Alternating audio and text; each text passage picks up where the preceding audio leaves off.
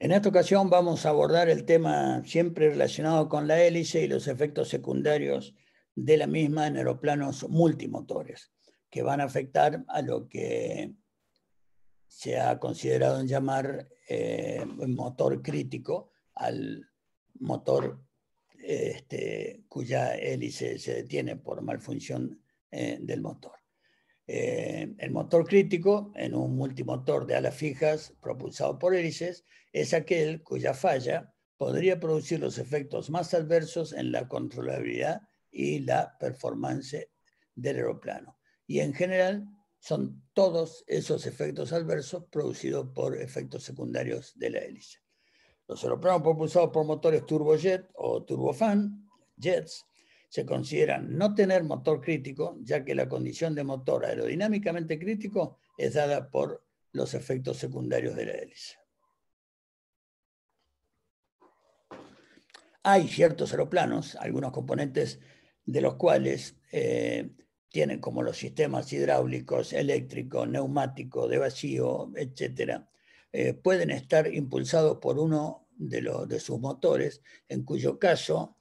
ese motor es considerado crítico, pero en aspectos no aerodinámicos, en otros aspectos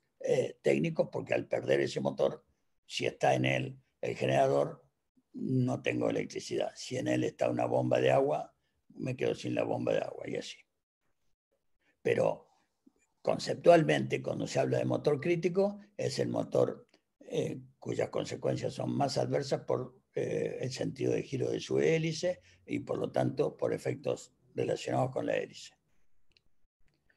Cuando uno de los motores en un típico aeroplano multimotor se vuelve inoperativo, genera un empuje asimétrico entre el lado del motor operativo y el del motor inoperativo. Este empuje asimétrico o desbalanceado causa varios efectos adversos, además de la lógica pérdida de empuje de uno de los motores. Entonces, si pierdo un motor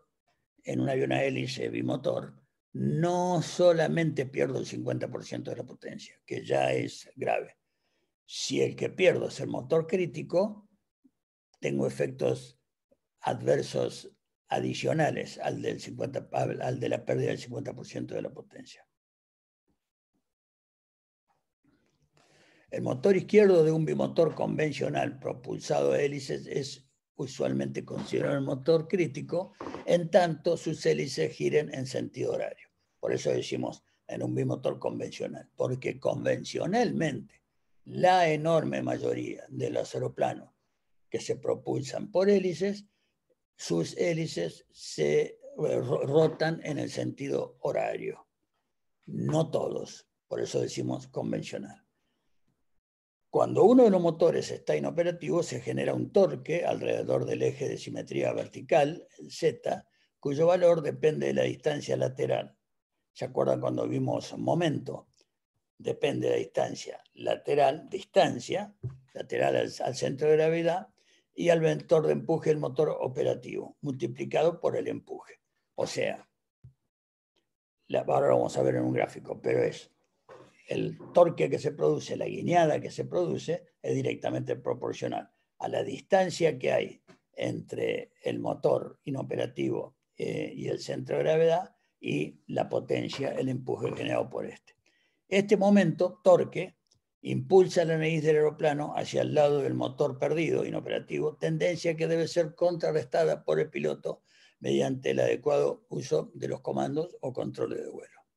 Vamos a verlo mucho más claro en imágenes. Yo tengo un bimotor que de pronto falla el motor derecho, en este caso de un bimotor. Automáticamente esa falla genera que el punto el centro de presión de donde se aplica el empuje producido por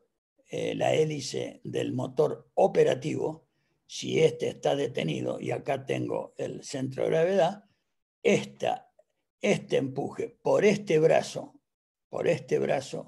de palanca, por esta distancia entre el empuje y el centro de gravedad, me va a generar esta guiñada, en el caso de perder el motor derecho, en este caso, en una aeronave cuyos dos motores de cuyos dos motores las hélices giren en el sentido horario. Por el contrario, fíjense el valor de este brazo y por lo tanto el valor, la magnitud de la guiñada. Si por el contrario el motor que falla es el izquierdo,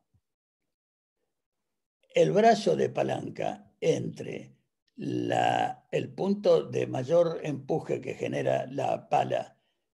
como vimos por el efecto P, es el disco semidisco derecho. El mismo vector de fuerza producido por el motor operativo que el anterior, pero ahora se cambia significativamente el momento porque esa misma fuerza producida por el empuje de la hélice es aplicada respecto al centro de gravedad a una distancia significativamente superior, prácticamente el doble de distancia que si nos detuviéramos, si se detuviera el motor derecho. Por lo tanto, es mucha más adversa esta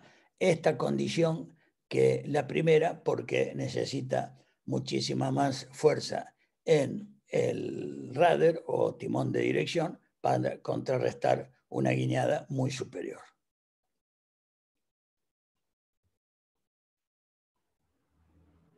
El lado derecho operativo producirá un momento de guiñada más severo hacia el lado del motor inoperativo, lo que se transforma en crítica la falla del motor izquierdo.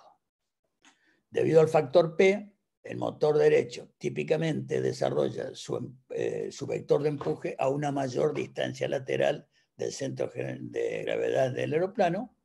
que el motor izquierdo, por lo que el piloto necesitará mayor deflexión en los controles de vuelo para mantener el control del aeroplano, lo que hace menos deseable la falla del motor izquierdo. Es importante remarcar que esto ocurrirá del modo y magnitud descriptos en un aeroplano cuyas hélices rotan en el sentido de las agujas del reloj, mientras que en aeroplanos cuyas hélices giran en sentido antihorario, el motor crítico será el derecho, como en el de Havilland Dove, por las mismas razones. Simplemente se invierte el sentido de las fuerzas y distancias y momentos.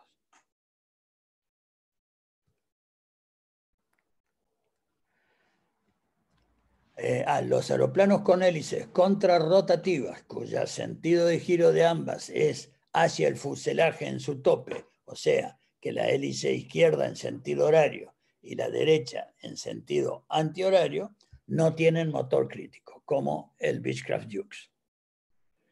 Ambos motores son críticos en aeroplanos cuyas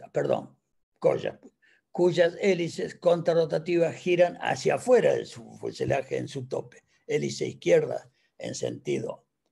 antihorario, hélice derecha en sentido horario, y ambos motores, ante la falla de ambos motores, siempre pierdo el motor crítico. En el caso del Lockheed P-38.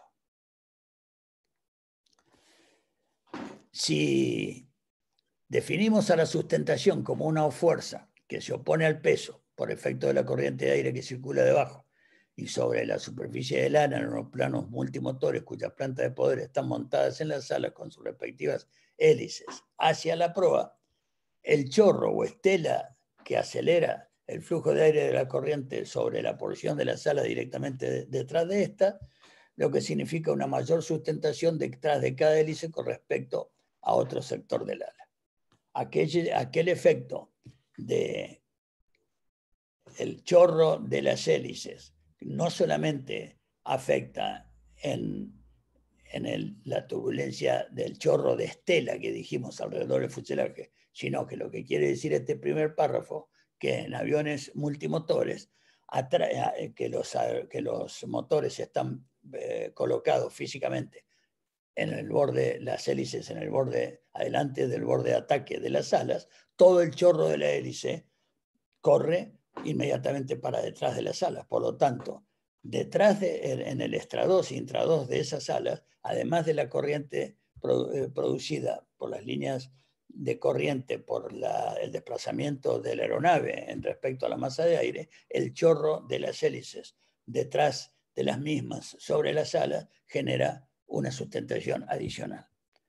Debido al factor P, el centro de sustentación del ala derecha estará más alejado del centro de gravedad del aeroplano que el ala izquierda. Por lo tanto, si bien la falla de cualquiera de los motores producirá un momento de rolido sobre su eje longitudinal X por tal motivo, esa tendencia será mucho más severa ante la falla del motor izquierdo, lo que colabora para considerar al motor izquierdo como crítico en aeronave girando en sus hélices en sentido horario. Por lo tanto, tengamos muy presente que los factores que más afectan a toda aeronave, especialmente en este caso los multimotores, son el factor P, la aceleración por encima de las alas, que al ser por el factor P más efectivo los semidiscos derechos, va a tener más sustentación el ala derecha, el efecto de espiral que también vimos producido por el chorro de la hélice y el torque. Mientras que se agregaría el factor giroscópico si el bimotor o multimotor del que estemos tratando tuviera el tren convencional, el tren con patín de cola, lo cual en aeronaves relativamente modernas prácticamente se ha dejado usar el patín de cola para multimotores. Gracias por todo, nos vemos próximamente.